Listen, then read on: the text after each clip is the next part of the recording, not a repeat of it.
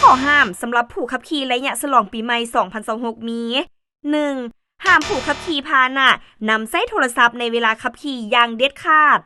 2. ห้ามผู้ขับขี่ดื่มสิ่งมึนเมาแล้วห้ามขับขี่รถอย่างเด็ดขาดถ้าหากกวดกาพบเห็นเจ้าหน้าที่ตำรวจจราจรจะได้กักไว้ส่วงเมาแล้วจึงอนุญาตให้ไปหรือให้ญาติพี่น้องหมู่คู่มาหับเอาเพื่อรับประกันความปลอดภัย 3. ห้ามขับขี่รถไว้เกินกฎหมายกำหนดสำหรับรถขนส่งโดยสารขนส่งสินค้าห้ามแล่นไว้เกิน80กิโลเมตรต่อชั่วโมงตามเส้นทางหลวงเฉพาะอยู่เขตนอกเมือง 4. ห้ามผู้ขับขี่ดัดแปลงสภาพเทคนิคยานพาหนะโดยการติดตั้งอุปกรณ์ประเภทไฟสปอตไลท์ที่มีความสว่างสูงส่งผลกระทบต่อผู้ขับขี่ที่สัญจรตามเส้นทางในยามกลางคืน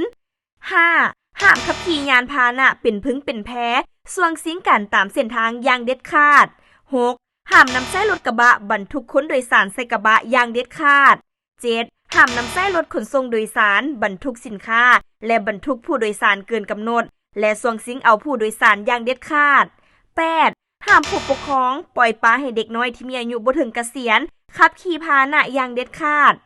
9. ห้ามจอดรถตามเส้นทางด่วนอย่างเด็ดขาดยกเว้นกรณีพาหนะเปเพแต่ให้มีจวยหรือวัตถุสะท้อนแสงวางไว้หน้าและหลังรถประมาณ100 เมตรอย่างน้อยสุดและทั้งหมดนั้นคือ9ข้อห้ามสำหรับผู้ขับขี่ระยะฉลองปีใหม่2026